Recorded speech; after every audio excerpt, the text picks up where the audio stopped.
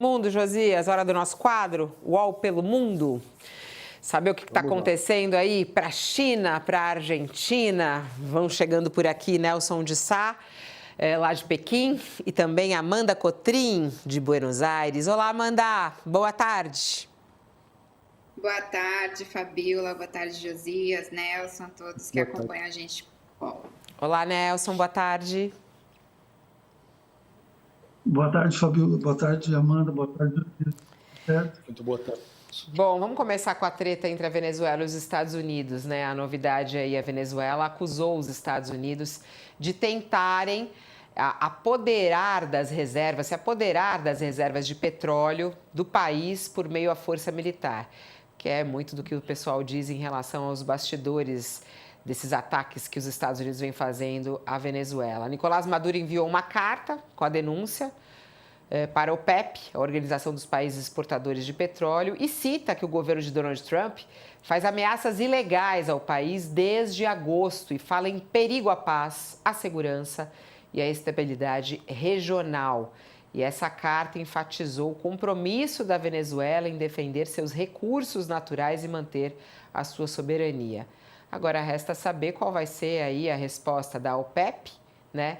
E o que Donald Trump vem fazendo. A Amanda tem mais novidades sobre isso? Conte-nos aqui, Amanda.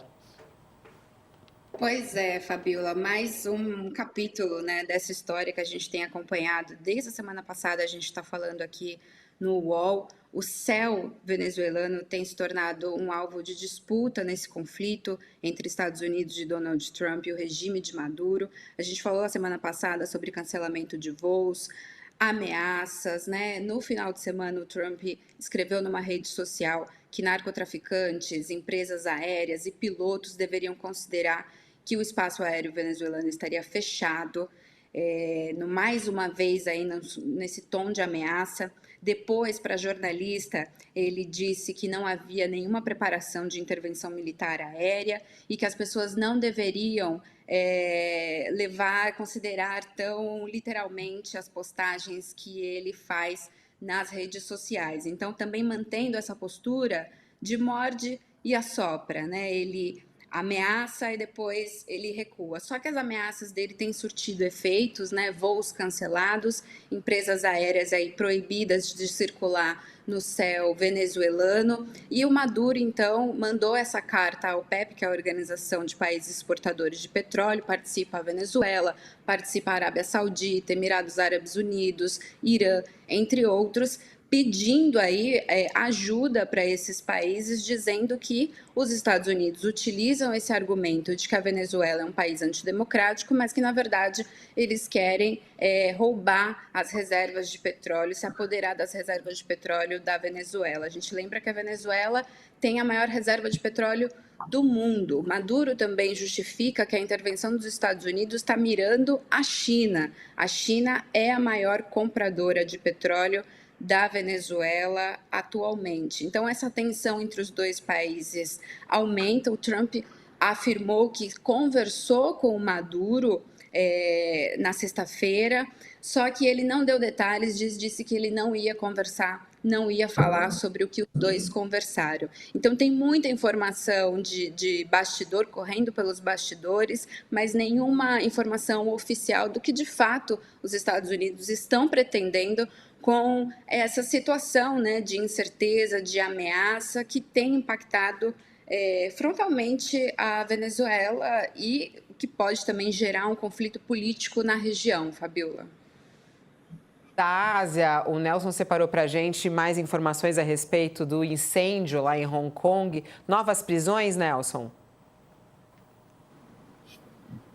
Sim, houve mais prisões hoje, uma tentativa de definição melhor do que pode ter acontecido e das responsabilidades, mas ao mesmo tempo ainda está um pouco no início. Enfim, existe até uma certa controvérsia em torno do que pode ser realmente, o que pode realmente ter levado a um incêndio de tal proporção.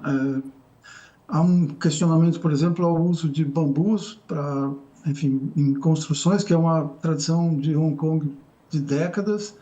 e ao mesmo tempo há uma resposta de que não foram os bambus, foram as redes. Há uma discussão muito grande e, de qualquer maneira, as empresas envolvidas já estão tendo seus executivos ah, é, presos em grande número agora.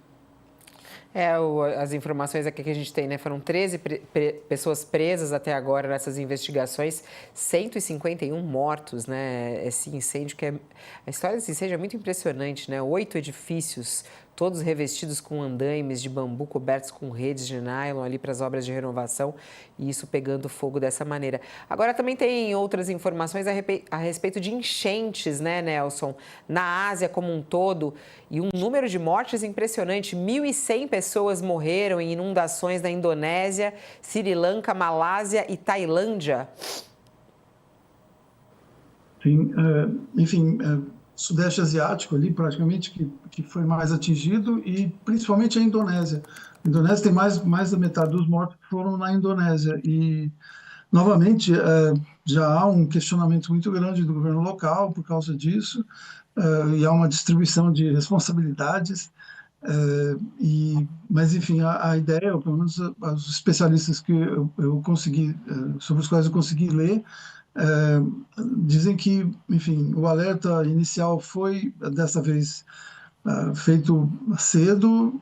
O que houve foi uma lentidão na reação posterior, sobretudo na Indonésia, isso, e que teria levado a tantos mortos. Por outro lado, também outros especialistas comentam que o ciclone tropical, que foi causador do que aconteceu na Indonésia, e o outro ciclone que foi o causador do que aconteceu em Sri Lanka, que foi o segundo país mais atingido, são mais fortes do que em versões anteriores, então seria um agravamento, digamos, da crise climática que, enfim, buscar explicações locais fica um pouco, enfim, não só se antecipando a investigação do que realmente aconteceu, mas também negando um problema mais geral que é a mudança do clima. Ponto muito forte, né, Josias? A gente vive isso no Brasil e as pessoas não conectam uma coisa a outra, né? Acabamos de viver a COP30, essas inundações, essas enchentes. Imagina, 1.100 pessoas mortas. Olha essas imagens, Josias. As coisas têm consequências, né, Fabiola?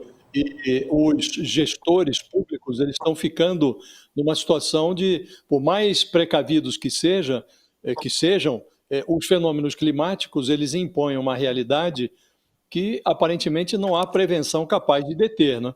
Evidentemente, aqui no Brasil, por exemplo, o Lula havia prometido criar uma autoridade climática que se ocuparia da adaptação. Temos aqui mais de 1.000 cidades que estão em condições precárias e submetidas a eventos climáticos como enchentes, como secas prolongadas, a exemplo do que ocorreu agora até nos rios da Amazônia. Esses municípios estão despreparados para lidar com a emergência climática. Então, obviamente, o gestor público tem que lidar com o problema e tem que fazer com que as cidades sejam adaptadas para a nova realidade. Agora, se não houver a adaptação, o risco é ainda maior. Agora, ainda que as cidades se adaptem, aparentemente, Fabiola, nós estamos já sofrendo consequências por conta do descaso, do negacionismo climático, que são irreversíveis e cada vez mais intensas. E na COP30 ficou muito evidente que os países estão com outras prioridades. A Europa está priorizando os investimentos na área militar por conta das consequências do expansionismo da Rússia, a guerra com a Ucrânia. Tudo isso levou os países europeus a priorizarem a guerra em detrimento do meio ambiente, e os Estados Unidos, esse nem se fala, o Donald Trump é um negacionista conhecido, simplesmente abandonou a questão climática, e mesmo os países que estão interessados ou que dizem retoricamente valorizar o problema ou estarem atentos ao problema, não põem a mão no bolso. Aqueles que têm responsabilidade com o financiamento da adaptação climática, e outros, como o Brasil, são paradoxais, né? Dizem que é preciso reduzir a emissão de gases com combustíveis fósseis, mas estão celebrando a abertura de novas províncias petrolíferas, como o Brasil ali na margem equatorial do Amazonas.